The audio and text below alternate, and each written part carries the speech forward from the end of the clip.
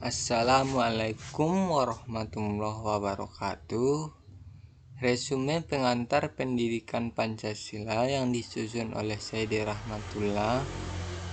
Pendidikan Pancasila adalah pengembangan kepribadian yang menjelaskan landasan dan tujuan sejarah paham kebangsaan Indonesia. Pancasila sebagai sistem filsafat dan ideologi bangsa dan negara Indonesia. Tujuan pendidikan Pancasila adalah menguasai kemampuan berpikir, bersikap rasional, dinamis, serta berpandangan luas sebagai manusia intelektual. Tujuan pendidikan Pancasila bagi mahasiswa adalah sebagai calon sarjana yang berkualitas, berdedikasi tinggi, dan bermartabat agar 1. Menjadi pribadi yang beriman dan bertakwa kepada Tuhan Yang Maha Esa. 2. Sehat jasmani dan rohani, berakhlak mulia dan berbudi pekerti luhur. 3. Memiliki kepribadian yang mantap, mandiri, dan bertanggung jawab sesuai hati nurani. 4. Mampu mengikuti perkembangan iptek dan seni. Yang 5. Mampu ikut mewujudkan kehidupan yang cerdas dan berkesejahteraan bagi bangsanya. Nilai-nilai pendidikan Pancasila menurut teori kausalitas oleh Nato Nagoro ada 4. Yang pertama, kausalitas materialis adalah Pancasila berasal dari adat istiadat, kebudayaan, dan agama-agama yang terdapat di Indonesia. Kausalitas formalis adalah bagaimana Pancasila dirumuskan atau disusun. Yang ketiga, kausalitas efisien adalah bagaimana Pancasila dijadikan dasar filsafat negara. Yang keempat, kausalitas finalis adalah sebagai tujuan untuk menjadikan Pancasila sebagai dasar negara.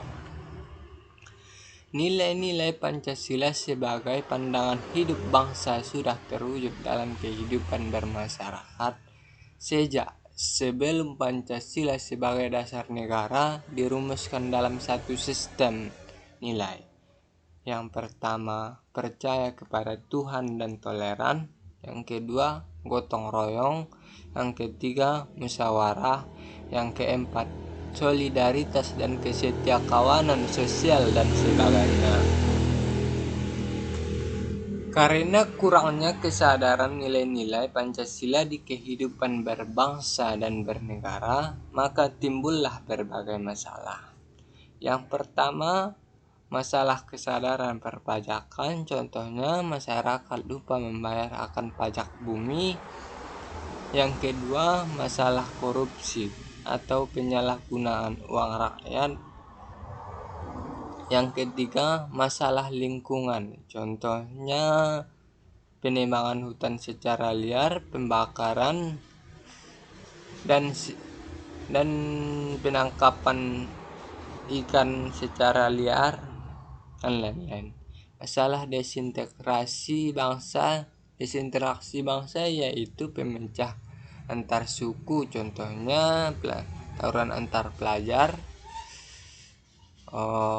perangnya antar suku dan sebagainya. Masalah dekadensi moral yaitu contohnya masuknya budaya-budaya asing ke Indonesia. 6. Masalah narkoba. 7. Masalah penegakan hukum berkeadilan. 8. Masalah terorisme.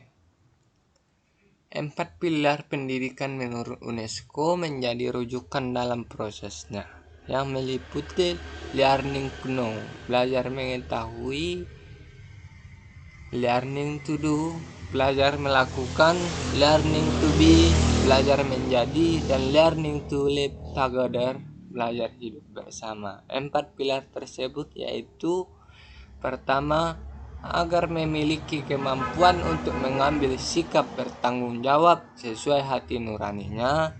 Kedua, agar memiliki kemampuan untuk mengenali masalah hidup dan kesejahteraan dan serta cara-cara pemecahannya. Ketiga, agar mampu mengenali perubahan-perubahan dan perkembangan ilmu pengetahuan, teknologi, dan seni. Keempat, agar mampu memaknai peristiwa sejarah dan nilai-nilai budaya bangsa untuk menggalang pemersatu Indonesia. Tujuan penyelenggaraan pendidikan Pancasila di perguruan tinggi adalah yang pertama, memperkuat Pancasila sebagai dasar falsafah negara, ideologi bangsa melalui revitalisasi nilai-nilai dasar Pancasila sebagai norma dasar kehidupan bermasyarakat, berbangsa, dan bernegara.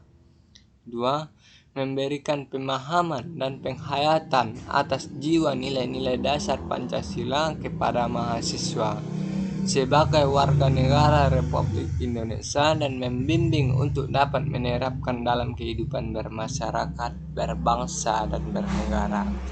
Yang ketiga, mempersiapkan mahasiswa agar mampu menganalisis dan mencari solusi terhadap berbagai persoalan di kehidupan bermasyarakat sesuai dengan nilai-nilai Pancasila dan Undang-Undang Republik Indonesia tahun 1945. Keempat, membentuk sikap mental mahasiswa yang mampu mengapresiasi nilai-nilai ketuhanan, kemanusiaan, kecintaan terhadap tanah air, dan kesatuan bangsa.